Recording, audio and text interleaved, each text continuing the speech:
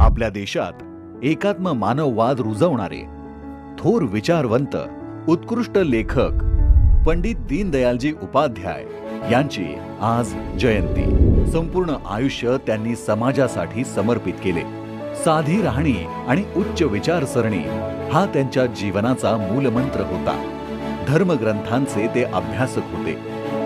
धर्म हा एक अत्यंत व्यापक विचार आहे जो समाज टिकवून ठेवण्याच्या सर्वच पैलूंशी निगडित आहे असे त्यांचे ठाम मत होते।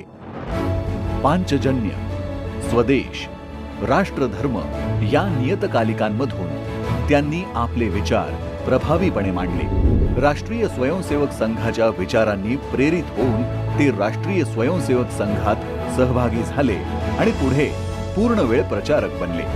भारतीय जनसंघाच्या पायाभरणीत त्यांनी प्रमुख भूमिका बजावली। भारतीय